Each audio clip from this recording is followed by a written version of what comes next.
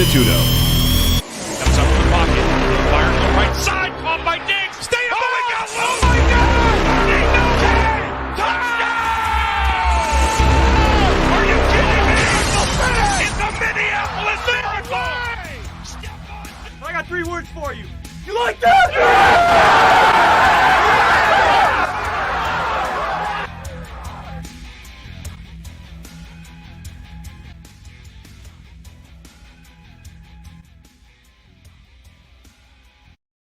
Good evening. Welcome to the Rest Stop. It is March 2nd, 2021. We are live in Las Vegas. I'm Brad Restituto. Alongside me, Spencer Ostrowski, Spencer the Wiz.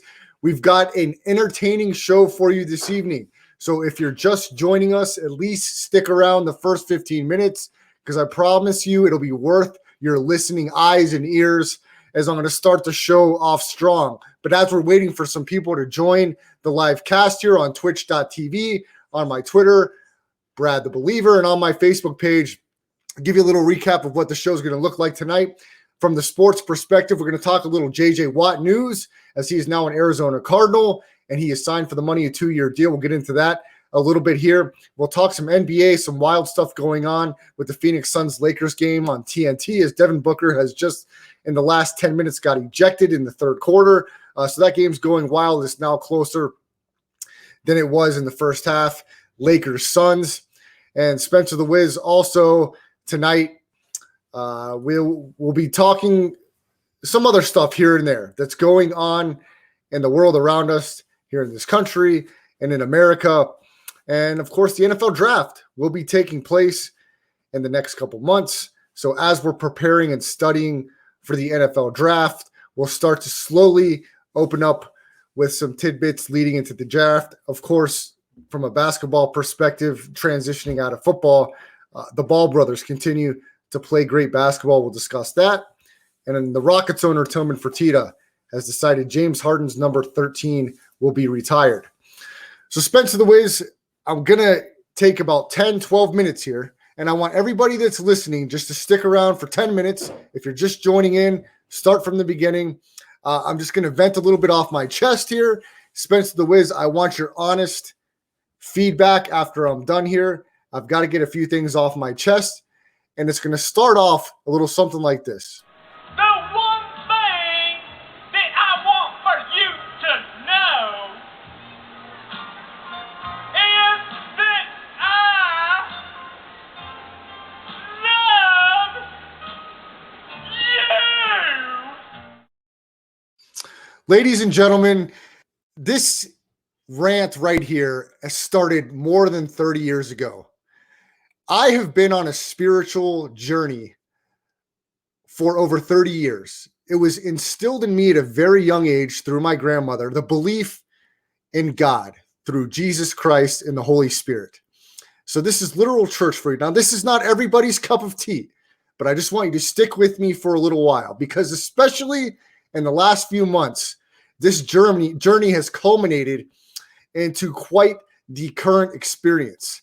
I've had to personally, this is speaking for myself, navigate through this COVID uncertainty, and I've had to figure out plan A's and B's, what's going to happen in my life after this pandemic's lifted and life goes back to normal. So as everybody's journey, you kind of ask yourself the key questions to life. What does happiness look like for me? What is my purpose? What is my next step? I will never have all the answers to those questions, nor do I necessarily proclaim myself the poster boy for a Christ-like life. But I will inform you of some things that have happened to me and through me personally that I hope to share with anybody and everybody listening out there in the audience and anybody that will download the podcast for the Rest Stop. Some people are turned off by the notion of religion and by the story of God and Jesus Christ. For me personally, all I ask for everybody out there listening is to take 48 hours of your life and be completely intentional and present with the moments of your life, from waking up to what you do for breakfast, who you text, who you dial on the phone, who you email. I want you to be present in the interactions you have with your family, with your spouses, with your loved ones, with the people inside your home, at your bank. I would love for everybody to take each and every moment to just be present and to be aware of exactly what's happening. It's so easy for people like me and the people listening out there and anybody in life. Sometimes we go through life in a fog. Our minds are jumbled with thoughts, with stresses, with anxiety, with things that we can't control. And we kind of get lost in being present in the moments of life, the small moments, the moments to be completely aware in. So what I'm asking is for anybody that's listening to this show or this podcast, take 48 hours and try to be intentionally present with every hour, with every minute, with every moment of your life. Small example, Spencer the Wiz told me today, right before we jumped on the show, that he had some technical issues where his computer crashed and all the work he put in, he lost. That's just a small example of life's obstacles that get thrown each and all of our ways, that we have a choice how we react and respond to those situations.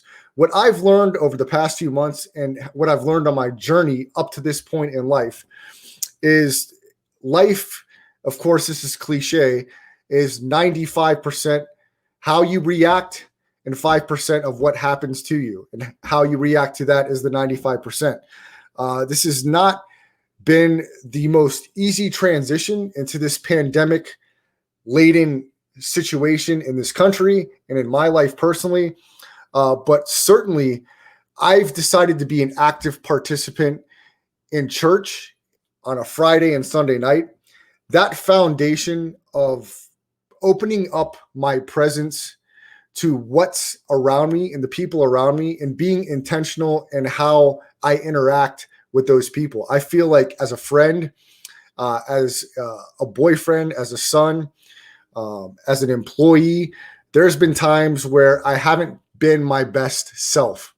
And I've always strived to want to attain being the best version of myself. Well, I've always gotten my own way. And we all can take different things that have happened throughout our lives or others' lives and use that as excuses or rationale why we don't take the next step in our evolution individually. There's people that have addictions that they've dealt with, abuse, self-doubt, anxiety, depression. There are people that have lost loved ones. The why in each human being's life, why things happen or don't happen, can really mount into an avalanche of somebody's heart and mind. All I'm asking, in a society in the last 6 months to year where people on social media attack each other for their political beliefs, attack each other for the color of their skin, form opinions about one another based on things that in the grand scheme of things do not matter. At one point in time, all of us will have to punch the time clock of life and leave this existence in the human form. When that time comes for all of us, there's one consistent truth: that the color of your skin, the job title that you had, the things, the wealth, the accolades that you acquired will not matter.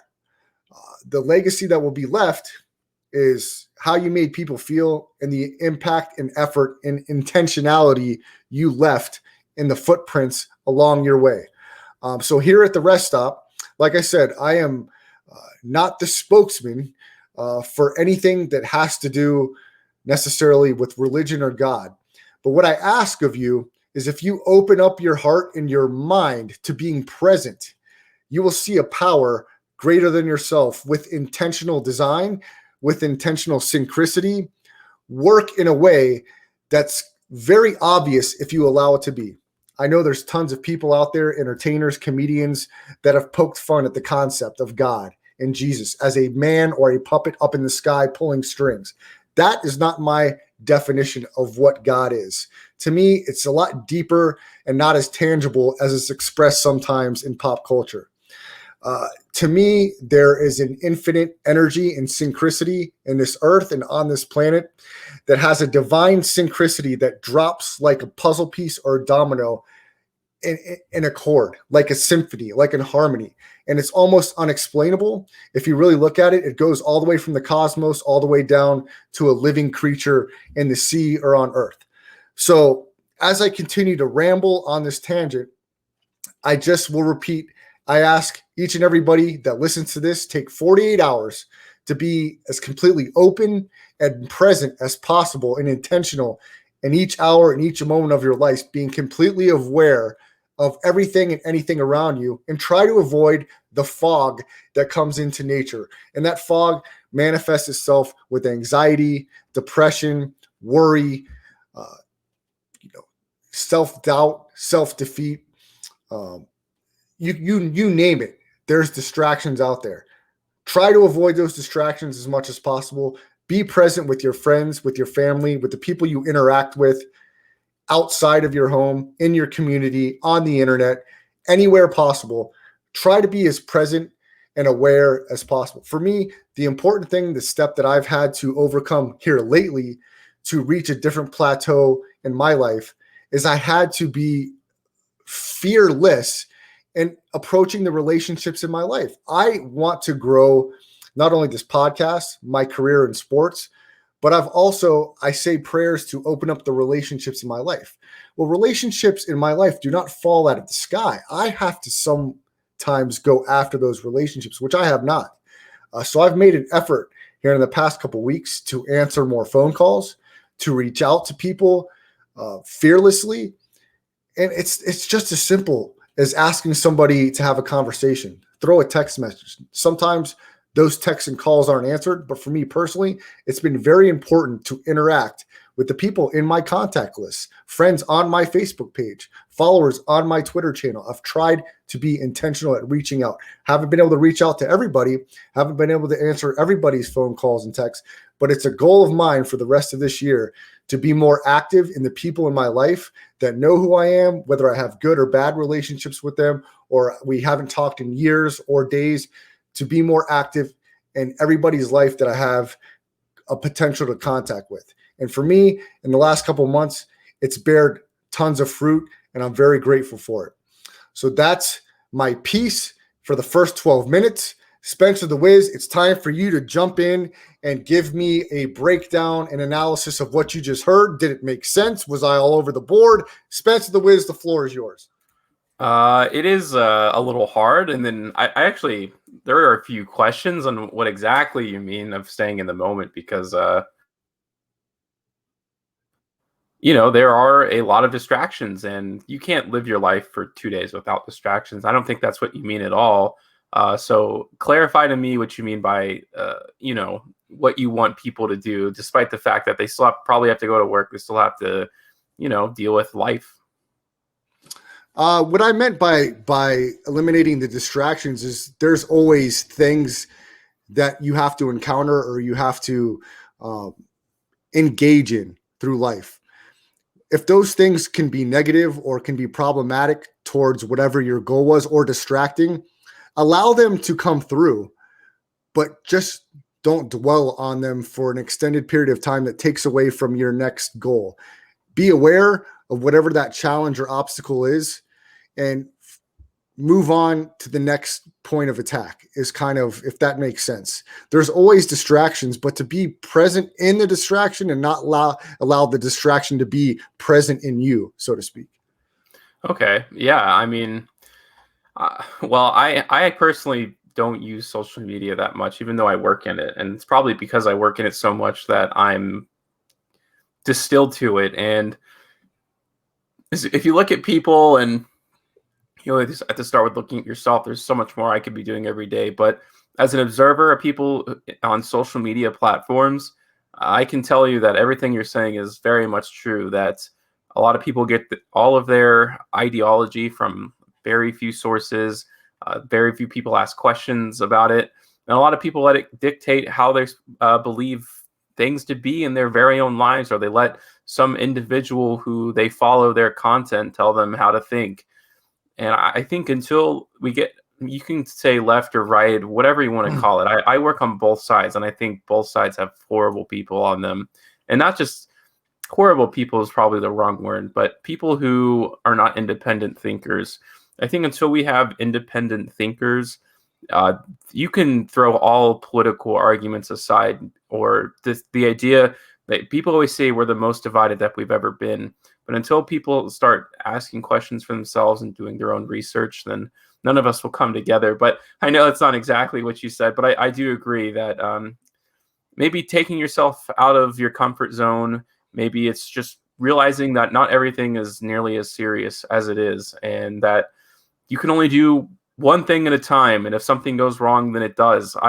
Like you were mentioning, I lost about 8 hours worth of editing when my computer crashed. I mean, I don't know what happened. I don't know why there weren't any backups, but it's not my job to know why that happened. It's just, okay, it's gone, and I have to do this again. I'll probably be up very late tonight. I still have 2 other projects I have to do on top of probably making a YouTube video, but it's only one day of my life. It's very microscopic, and I'll try to find a way to make it as enjoyable as possible.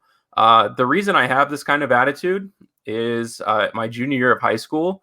I went to Poland and I visited all these concentration camps. I mean, I saw the absolute bottom of society, like the result of what it means to just collapse as a human race, to throw people inside of trains and cattle cars and all of that, packed like sardines, thrown out of the train if you died, and never stopping until you get there. And then when you get there, of course, half the people die automatically, half the people die until they work, and then you have the survivors. I saw that.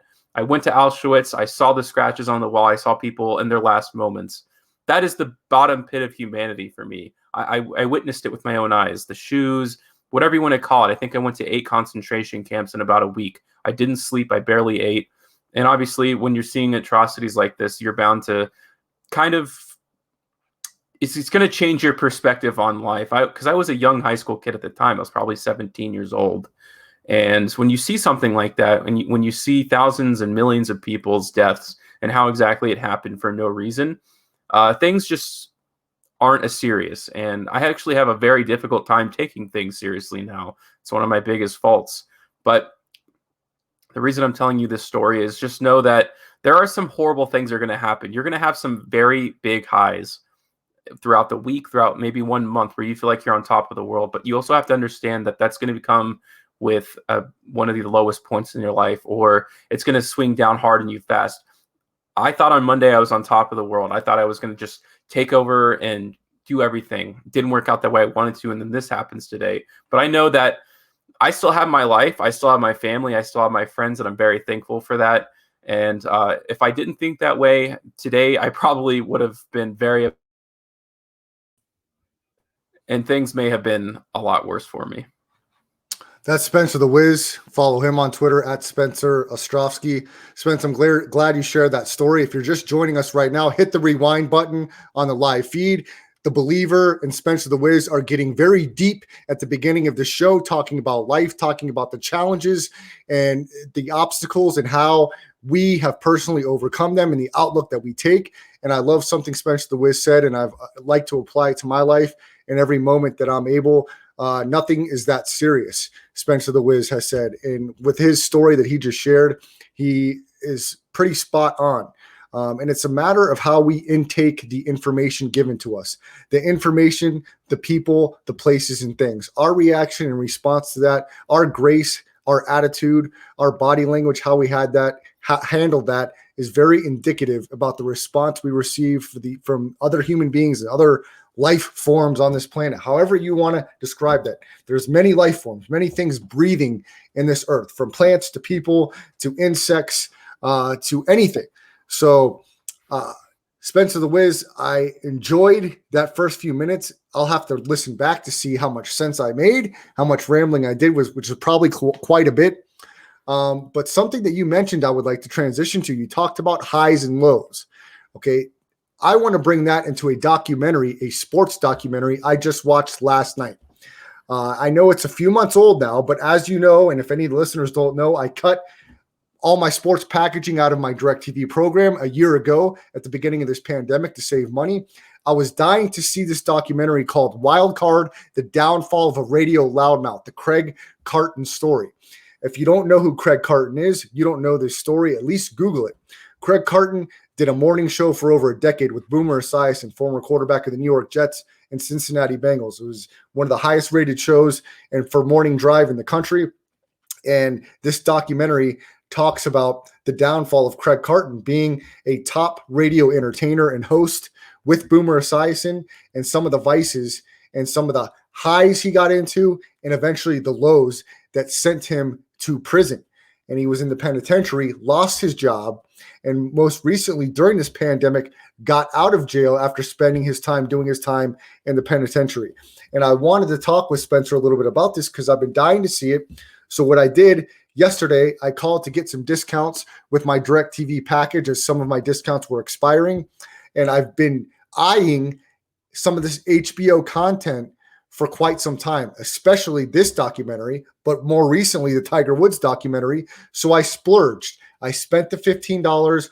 I got HBO, and with the HBO, they gave me the HBO Max login. So now from my home computer, I'm able to watch all of this content, catch up with all this great programming, giving a plug to HBO and HBO Max. So it started off with this documentary called Wild Card, the downfall of a radio loudmouth. And being in sports media, as we are, Spence, being passionate sports fans, this documentary about Craig Carton to me was fascinating. Not only was it fascinating because of a guy that was able to take a talent and not only sports knowledge, but entertaining. Because for the most part, that's what these shows are. We can go back and forth and blabber about sports, but overall you want to try to entertain people. And Craig Carton was as good at entertaining an audience as anybody you'll ever see. He's funny, he's witty, he's quick, he's knowledgeable, he's engaging, and it's a fantastic story to watch. But what hit home close to me, Spencer the Wiz, is what included in Craig Carton's downfall. And it had a lot to do with gambling. We're here in Las Vegas. This is where we live. This is the gambling capital of the world. And yours truly, Brad the Believer, loves his gambling. He is quite the gambler. And some of the descriptions, self-descriptions of Craig Carton in his gambling highs and lows are very similar to the same mindset I have. So it was very eye-opening watching this documentary. And I've had thousands and thousands of dollars go through my hands at times. I've never had millions and millions of dollars through my hands at some time. Craig Carton had millions and millions of dollars going through his hands gambling at some point in time. To me, it is a fascinating story. Craig Carton, unlike myself, is a family man. He has kids. He has a wife. So he had a lot more at stake than a gambler like myself, who currently does not have kids, has at stake. So it's very interesting. If you're also in Las Vegas and you enjoy hearing about gambling, you love radio, you love sports, this is a must-see documentary. And as my lovely significant other, Amanda Schumacher, has put on the chat here, yes, I am rambling. Yes, I gamble. So this hits very close to home, the gambling aspect of the story. It's very entertaining, but for me, it definitely put a sense of self-reflection into the decisions I make and sometimes the recklessness that I have. But that also ties into my opening ramble about my new, or I would say adjusted journey in this life, which I try to, at this point in time, proclaim that is led by a spiritual and a godly direction, which is not always 100% consistent, as we all have shortcomings and we all have pitfalls, but I'm hoping that the majority of that direction is led from those decisions and not my own.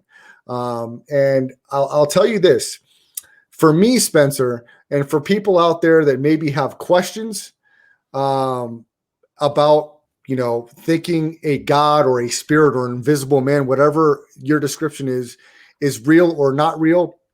I have had some things, Spencer the Wiz, some emotions, some resentments in my life, and some things that I've had to wrap, some ideas and thoughts and relationships I've had to wrap my mind around that I never thought would be able to be reconciled, forgiven, addressed, whatever description, and they have.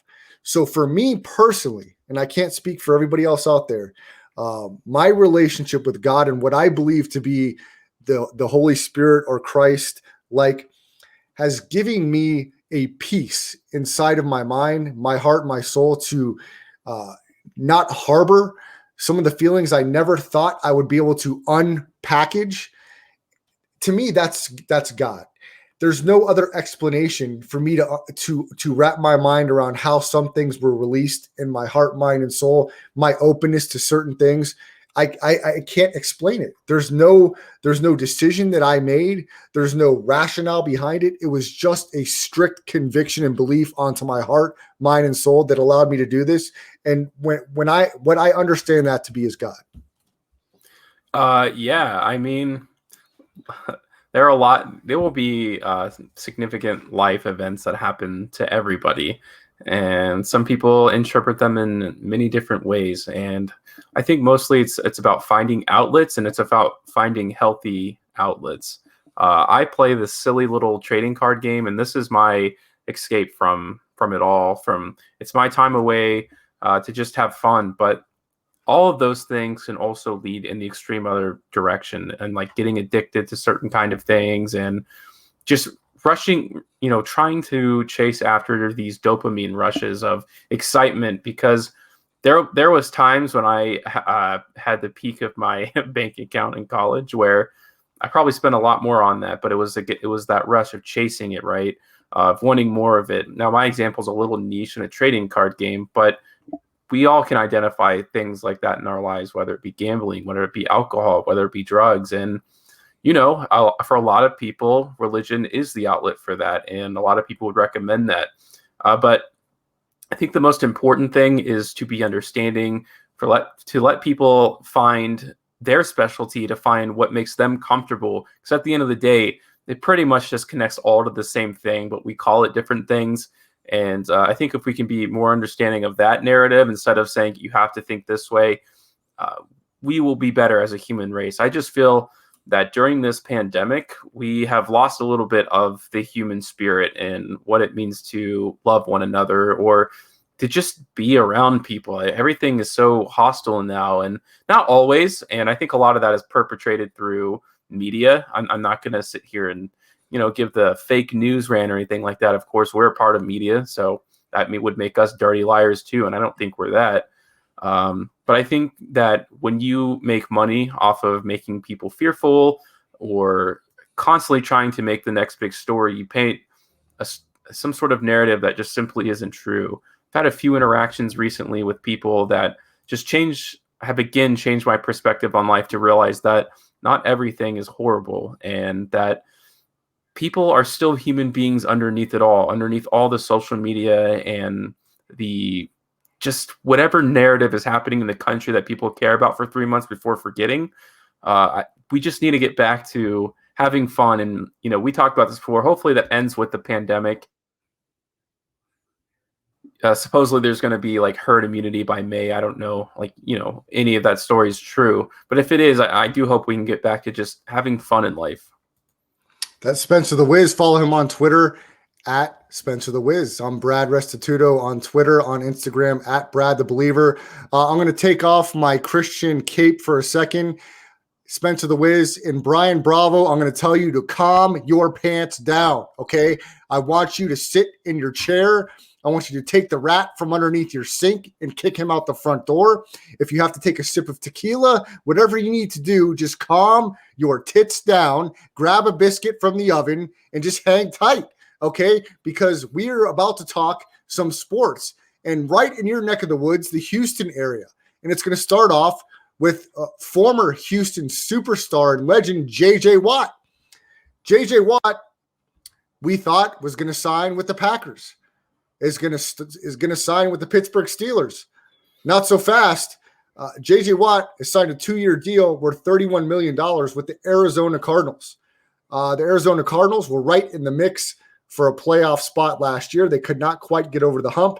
Spencer the Wiz, I want to start off with your opinion. Does J.J. Watt move the needle for the Arizona Cardinals with now Matthew Stafford in that division? Russell Wilson still a quarterback for the Seattle Seahawks in that division. As well, let's not forget about the San Francisco 49ers. And Jimmy Garoppolo more than likely will be back in the quarterback position for the San Francisco team, who was in the Super Bowl 2 years ago. J.J. Watt, Arizona Cardinal, are you surprised? Well, if the Cardinals had drafted Mekhi Becton last year, I would be a lot higher on this pick. But I think the core issue of the Cardinals last year is that they're just not a serious basketball team. their basketball, because I was already thinking about it. I compare them to the New Orleans Pelicans all the time, and that you have easily one of the most talented rosters on paper that doesn't pan out because of something. Now, you can totally believe that J.J. Watt can be the thing that makes them serious, that puts them on the right track. In reality, this is probably the best signing that they could have had ever, outside of like Tom Brady. But of course, they would never do that because they have their quarterback. Kyler Murray is just not a leader for this team. Can you have a leader on defense that leads you to a Super Bowl? I guess you can say Von Miller, but Peyton Manning was their quarterback at the time, and that guy is like the definition of what it means to be a leader. I don't know if a defensive anchor can really do that. He will be productive, I think, but he's going to have to change an entire team culture because Cliff Kingsbury is more of a technical coach, an X and O's guy, and no one else in that team that comes to my mind. Patrick Peterson is just one of those silent types as well. Yeah, it's good for them, but does it make them a Super Bowl contender? Probably not. I tend to agree with you, Spencer the Wiz. I think it could reap some more benefits than initially thought. You're not thinking at this point in J.J. Watt's career, he had single-digit sacks for the Texans last year. You're not thinking necessarily that this move by itself moves the needle for the Arizona Cardinals. But maybe in addition to Chandler Jones, correct me if I'm wrong, Isaiah Simmons was the rookie last year that was supposed to be a big-time player. Somebody that you said many times on this show is underwhelming from what his expectations were at that point in the season. Maybe from year 1 to 2, he makes a jump. You have some pieces on that defense that can make some noise, maybe with the leadership and with J.J. Watt not being double-teamed as much in this scheme can reap benefits. I think Arizona, I don't think they were a fringe playoff team last year. They will be a fringe playoff team this year. But Spence, we know how the NFL works. You're one injury away. You're one COVID outbreak away from being out of the discussion. San Francisco 49ers were not expected to be pretty much dead last in that division. Injuries happen, COVID happened, draft happened, and they were last place. So that's where the NFL diversity comes in, and where some people don't think there's as much parity as there is. I think there is. And I think teams are one injury and 1 week of something happening not as they expected in that locker room, on the field or off the field, from a team like Arizona being in the discussion for a division title or for a playoff spot.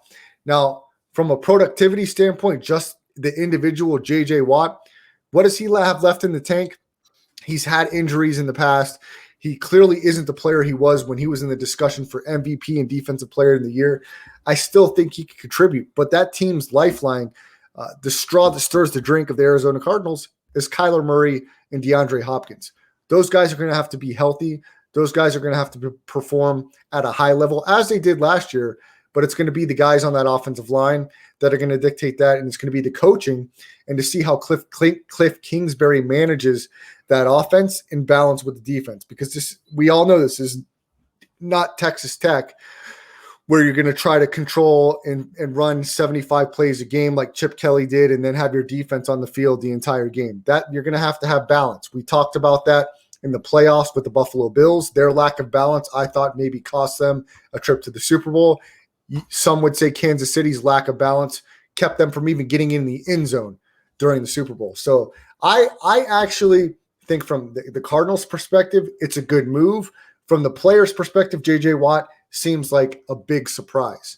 Spencer the Wiz, keeping it in Houston, but switching from the NFL to the NBA, Rockets owner Tillman Fertitta says the franchise will retire James Harden's number 13.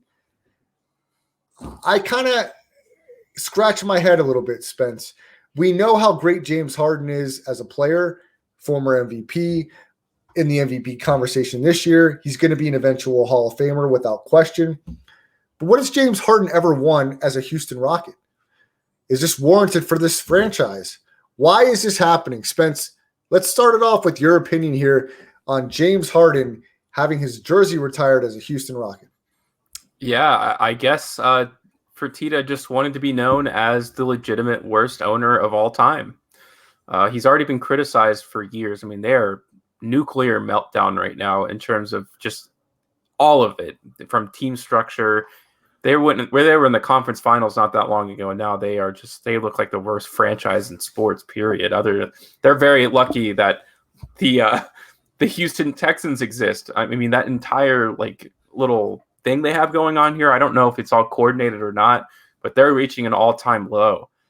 To let James Harden criticize your franchise, to say that he had done all he could for it, even though he clearly didn't, and then to reward him for that, to say, here's your jersey retirement, even though you've never even gotten to the finals, is bizarre, because there are some all-time greats that have played for the Rockets, very memorable guys who have spent their entire careers there doing very good things for their franchise, representing it well. James Harden didn't represent their franchise well. Did he play good? Did he play well? Did he play to an MVP level?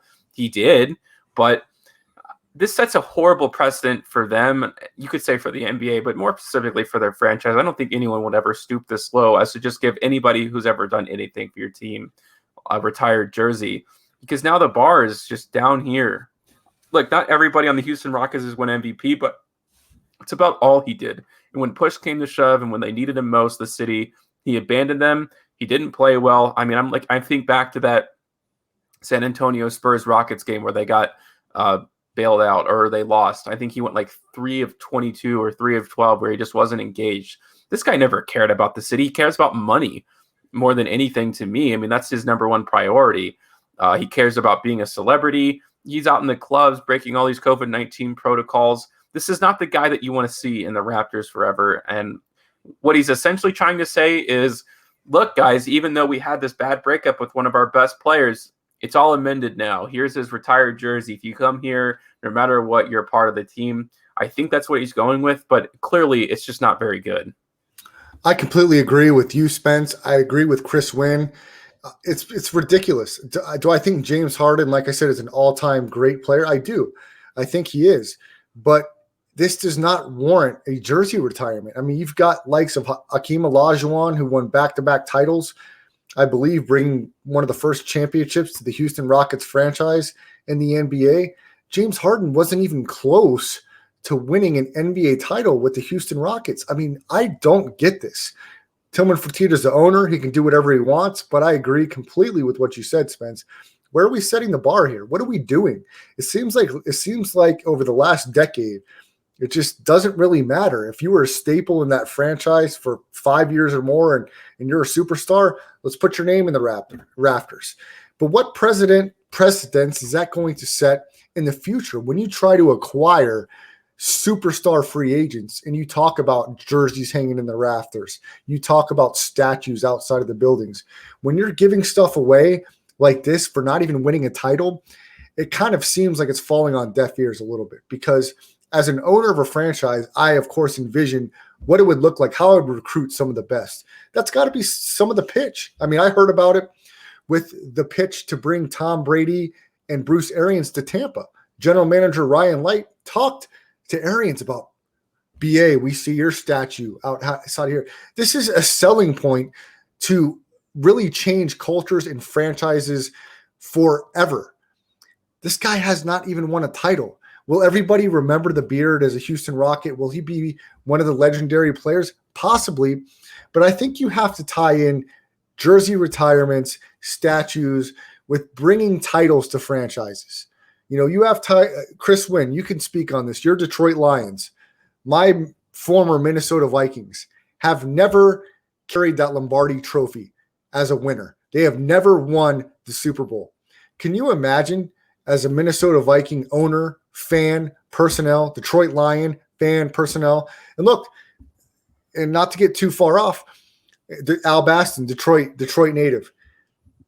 This morning, I had a great conversation, and we'll air some of this interview later today with a former teammate of mine, former Georgia Tech football player Omar Billy. Omar Billy played with Calvin Johnson, one of the great Detroit Lions ever. Can you imagine the storied franchise of having two of the best players at their positions ever to play the game of football, running back and wide receiver, respectively, with Barry Sanders and Calvin Johnson? This franchise have never hoisted that trophy.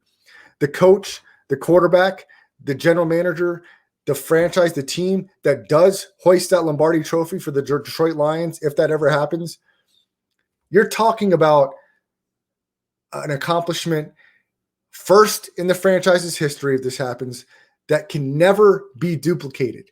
James Harden, what has he done that can never be duplicated? What championship has he brought? What prestige has he said, okay, not only have I brought a title, I elevated the play of my teammates. It just doesn't make a lot of sense to me.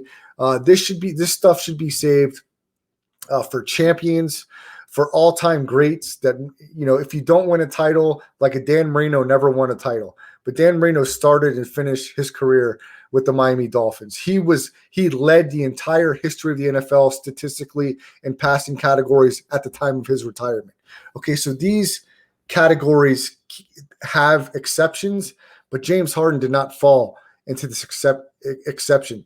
He just pretty much moved franchises and to do the same thing for another team. So that's my 2 cents on the James Harden situation. No, I agree, Chris, with what you're just saying right there. Not just rings, and that's what I said. A guy like Dan Marino did not win a ring with the Miami Dolphins, started to finish his career, but I don't think James Harden falls into that category. Calvin Johnson started and finished his career with Detroit. You as a Lions fan, Al Bassin as a Lions fan, you can comment if you think Calvin Johnson is worthy of having his jersey in the rafters as a Detroit Lion. He's definitely a Hall of Famer, so that there's something to be said about that. I just don't think James Harden, as he continues his career with multiple teams, deserves to be the centerfold and to have that place as a Houston Rocket at this point in time. That's just my opinion on that. But yes, I agree with what you said. It's not just titles. It's a combination of a lot of things, including the time spent in that city with that franchise and what the impact they had from top to bottom. Spencer the Wiz, NBA action tonight. But Brian Bravo, to answer your question real quick, talking football, the Minnesota Vikings did release longtime tight end Kyle Rudolph out of the University of Notre Dame. He spent over a decade with the Vikings franchise. He was released today. A press release came out. To answer your question, why did they do that? At this point in Rudolph's career, his utilization rate was very much down last year. He finished the season injured. But the reason why, for the most part, is Irv Smith Jr. He's their young tight end out of the University of Alabama. He got a lot more run last year. They look to have him more involved in that offense, and it's just Kyle Rudolph's time to move on. He's probably not going to retire. He'll probably play another season or two with another team, but his best years are behind him. He was one of the great Vikings of all time, especially at that position. It's unfortunate to see him go, but with the lowered salary cap this year being $180 million or less, they had to make a financial move as they extended his contract a couple years ago. So it's a financial decision, and it's a fit decision at this point with a younger, more athletic tight end and Irv Smith Jr. going to get the majority of the reps. Spencer the Wiz, let's transition back to NBA, and let's start on tonight's card. And the primetime game late night tonight was the Phoenix Suns and LA Lakers. And as I opened the show discussing some wild festivities, some wild things happened in that game in the second half. Devin Booker ejected for a second technical. They lost him for the early part of that second half to the rest of the game. It did not matter as the Suns ended up on top. They won the game 114-104. The Suns are now 23-11 on the year, a fantastic record. Spence, I told you about this Suns team. I told you leaving the bubble last year. They are one game behind the Lakers. They're playing consistently well at this point in the season. Mikal Bridges had 19 points, 6 rebounds, 5 assists.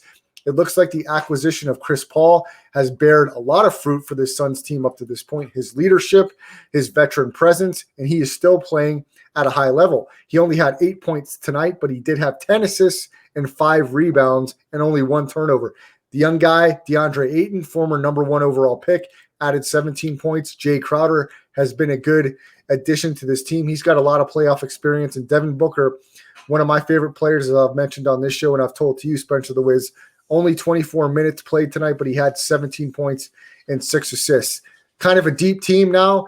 The Phoenix Suns, they've got some guys coming off the bench like Cameron Payne, like Johnson. Dario Saric added 21 tonight off the bench. Nice win. No Anthony Davis still for the Lakers, but Spence, give your opinion as we're coming up into All-Star Weekend through 34 games of the Phoenix Suns. Yeah, so in my opinion, Devin Booker just is not a winner at all. He is one of the best players in the NBA, or scorers, I should say, would probably be a better description. But before last year, they had never had more than 24 wins in a season, period. I mean, he's just been putting up great stats on a team that didn't achieve anything or didn't even get close to achieving. They never even got close to a playoff spot. Chris Paul is the first time he's ever been around someone who's actually knows how to win basketball games, not just by putting it in the hoop, but all of it that goes around making a good team.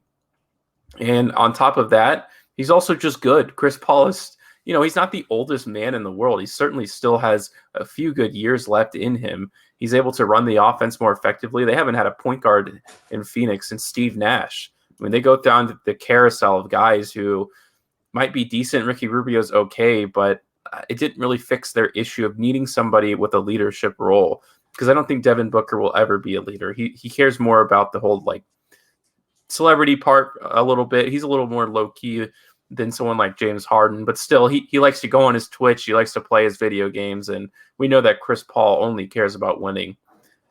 They got a huge steal in Mikal Bridges. This is a team that couldn't draft anybody for years and years and years. You got this guy out of Villanova. He should have never been available at that spot, but they got lucky and he did. One of the better 3-and-D players in the league who has developed tremendously over the past couple of seasons. And then you can go down to the other guys who have been on their team floating around for a very long time. They're going to need Deandre Ayton to step up a lot more if they're ever going to have a chance to be threatening. He kind of gets lost in the offense. And Chris Paul, I think, was in the beginning of the season when they struggled, trying to force feed him. And for some reason, he's just not used to it, which is strange because when he did play in Arizona, he was essentially the only player there. I don't know what has happened to his game that has made him so not off-putting. He hasn't been terrible. I think it's kind of unfortunate for him to get tied in with Luka Doncic, because this is a guy who could be an all-star one day if he kind of pieces it all together and just plays a little more aggressively. Maybe that'll come with some strength. Maybe that'll come from playing with Chris Paul, but they're winning at a high rate right now. I like the Phoenix Suns. And, I wasn't very high. I thought they'd make the playoffs this year. I just didn't think they'd be the 3 seed. The Nuggets have been very disappointing this year. And there's also a bunch of COVID-19 things. It's hard to definitively say that these standings are who are the top 8 teams in the West. That's right. That's Spencer the Wiz. The Rest Stop comes to you live from Las Vegas every Tuesday and Thursday, 9 o'clock Pacific time. If you miss any part of the show live, you can catch the audio podcast version of the show on any of your podcasting platforms. Search Landry Football Conference Call. The Rest Stop will be underneath there. Please support my my YouTube channel. Search Brad the Believer. We post all of the podcast there. We will be adding more content to that YouTube channel. We have some things in the works, also adding to the entertainment value of this show in the coming weeks. So please stay tuned to that. I promise you will be entertained. And also to support us, download the Twitch app, watch the show live on Twitch, support us there with likes, subscriptions, throw us a few coins or whatever they call those things, Spencer the Wiz and Twitch, and give us some love here on the Rest Stop. Continuing with the NBA, Spence, you are a diehard Memphis Grizzlies fan. They may have played their best 2 games of the season, beating the Houston Rockets by 50 points or more. And then tonight, a Washington Wizards team who has fought to get their record to 13 wins, 20 losses. They played pretty good basketball over the past month. The Grizzlies get the best of them tonight, 125-111. John Morant, a nice night, 35 points, 10 assists, and 5 rebounds. Yeah, so that they have the second youngest team in the league. So at any point in time, a team is bound to beat them. The fact that they're 500 right now is just a testament to how lucky the Grizzlies are to have Taylor Jenkins as their head coach. So they're not an unbeatable team. They're very beatable. But the thing is if you're not coming into the FedEx Forum or wherever matchup you have with the Grizzlies 100% ready to go, willing to work the entire night, the Grizzlies will pounce on you, and they'll pounce on you hard. Now, on top of that, you do have John Morant, one of the best rookies in the league. And in my opinion, I'd rather have John Morant than Zion Williamson. I just feel like there's much less of an investment there. You don't have to work so much around him. You put John Morant in the game, he will affect it in a positive way.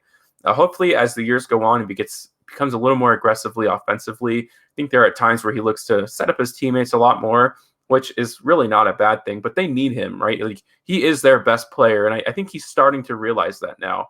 He hasn't had a lot of 30-point performances in his career, but when you see 30 points and 11 assists, there's some definite good signs. On top of that, Justice Winslow, after his year-and-a-half long absence, made his debut a few nights ago. I think in that blowout loss to the Suns where he went like 3 of 16. They stuck with him. Taylor Jenkins still likes him, has a 20-point performance in his second game, comes out after the game and said something quite surprising. Well, maybe not surprising, but inspirational about how appreciative he was of the Memphis Grizzlies for not forcing him to come back. I was getting annoyed with him. I wanted him to come back. He surely could have made his debut at the beginning of the season, but he wasn't okay with it. Taylor Jenkins said that that's all right and that you come back when you are ready and nothing else. And, now he's streaming together, I think, 3 good games for the Memphis Grizzlies. You look at down the rest of the team. Killian Tilly, I like as a rookie, but Desmond Bane looks like if they did a redraft, he would probably go in the top 5. That's how good he's been. He kind of looks like a young Eric Gordon. If you watch him play, he actually just looks like him in a lot of facets. His shooting form, his ability to knock down the 3, but also not scared to take it to the lane. He's been getting more aggressive there too. The Grizzlies will be floating around. They will not make the playoffs, but, a top 15 pick this year may put Memphis on the map on some level. And I'm saying all this, and the Grizzlies have not played without Jaren Jackson for a single game this entire season. I don't think they have it in them to catch up to someone like the Warriors. I don't think they're just good enough. I think they're just a little too young to make that happen. But in 2 years, the Grizzlies could legitimately be some sort of threat if they get the right free agent or they make the right trade. Spence, the first game on Primetime TNT's doubleheader tonight saw the LA Clippers take on the Boston Celtics at TD Garden Arena. No Kawhi Leonard for the Clippers tonight. They were missing a couple other stars. Paul George did play, and he was effective, having 32 points, 5 rebounds, 4 assists. But the Celtics get the win, 117-112. Kemba Walker had 25 points. Jason Tatum, not a great shooting night. But the Celtics do get the win, and they are now 1 game over 500, 117-112. The rest of tonight's games, the Miami Heat continue to struggle. No Jimmy Butler tonight. The Hawks beat them 94-80. Trae Young had a flurry in the fourth quarter to lead the Atlanta Hawks to victory as he had 18 points, 10 assists.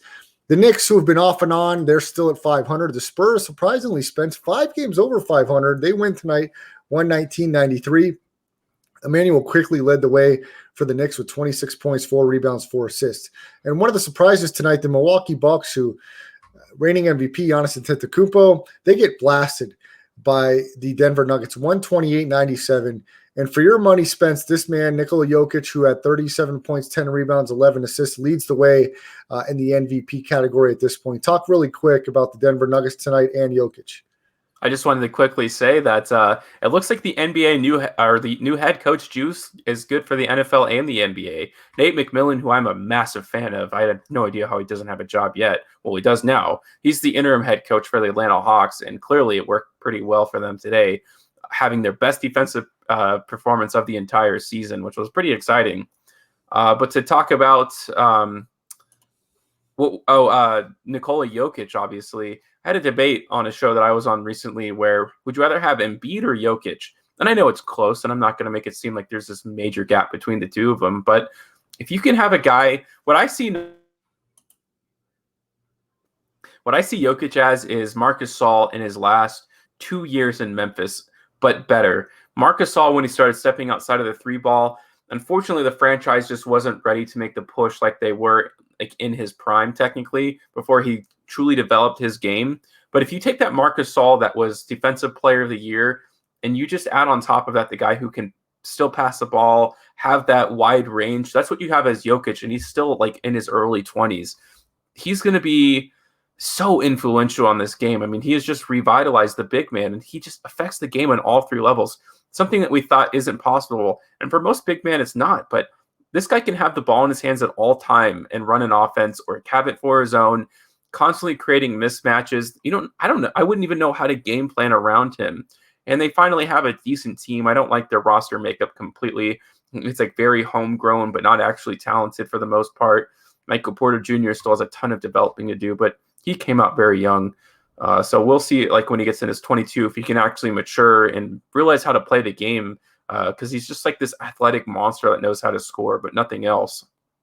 And then you have Jamal Murray, who started the season off terribly. But to go back to Jokic, yeah, this guy's a triple-double machine, but he's getting better at everything, not just passing the ball, not just scoring. He had all those fundamentals going into his rookie season, and he's honing in his craft now. I think he will be remembered as one of the all-time great big men.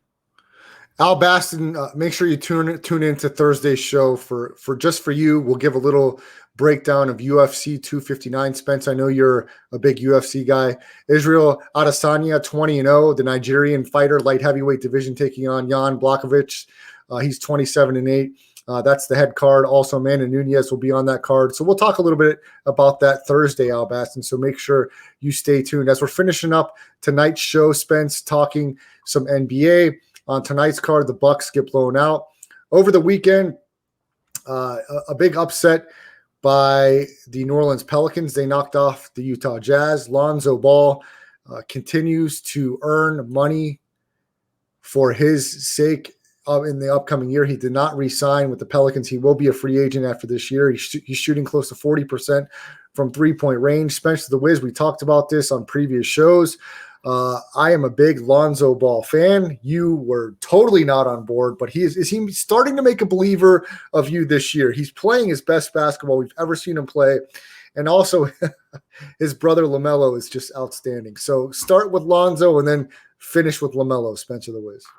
Oh, I wasn't completely off Lonzo. That's an exaggeration. He's still one of the best defensive players in the NBA. So to have that it's not a lot of teams can just have one of the best defensive players in the NBA. He's always been a great passer, but his 3-point development is huge. I mean, he has changed the mechanics of his shot fundamentally, and it's cool to see. I mean, I like to support guys like this. I think he's a pretty decent dude who actually navigated being a celebrity from a teenage years better than pretty much anybody who I've seen. We've seen what happened, like the Johnny Manziels and just all of that. Great call, Spence. Great call. Keep going. Yeah, great call. Yeah, coming up on something like that can easily lead to this thing. And he's pretty silent. He's still kind of in the zeitgeist, just controls his own destiny, which is great. And LaMelo has also navigated being a rookie pretty well. He's scoring more than I thought, but at around the same shooting percentage. I'm sure I mentioned that a bunch of times. But he's a very tall point guard. And again, those are very unique characteristics. He still has a ton of development. To say he's like Lonzo they are about not opposites, but they do play the game differently. He didn't learn nothing in Australia about how to play defense. And that's because Australian basketball isn't nearly as developed as college when it comes to defensive schemes or getting ready for the NBA. But they're entertaining. I said the Charlotte Hornets would be the most entertaining in the NBA to watch this year, and I think I was correct about that. I agree with you, Spence. They are must-watch TV, and LaMelo Ball is continuing to evolve. And this is without an offseason, Spence. I give him a lot of credit. I give Michael Jordan credit, James Borrego, the head coach, credit, and this team is fun to watch. LaMelo and Lonzo. So to answer the question, I say yes. I say they are on the same team next year, Spencer the Wiz. What do you say? No, they don't. They can't. I don't think they can make it happen. They'd have to make two major trades in one offseason just to make them play together. Scary Terry and Devontae Graham are not both being traded to pave the way for Lonzo Ball. There's no way. I love it. That's Spencer the Wiz. Spence, as we wrap up tonight's show, I want to encourage everybody, please tune in to the show on Thursday. We're going to have a 2-part interview. A former high school teammate of mine. His name's Omar Billy. He played defensive tackle at Georgia Tech. He's doing great things at this point in his life now. We've got some good stories of him with Calvin Johnson. We have a TO party that he was security at. We'll hit that. And also just great conversation, great guy. Omar Billy, he'll be part of the interview on Thursday. It's going to be 2 parts, and we'll have the second part on next week's show. So if you miss any part of the show, watch the entire audio regular version of the show on my Twitter channel at Brad the Believer. You can follow my YouTube channel, Brad the Believer. Make sure you like, subscribe, download the Twitch app for the audio version of the show. We will be back on Thursday for Spencer Ostrowski. I'm Brad Restituto. Have a great night, everybody. We'll see you back 9 o'clock Pacific time.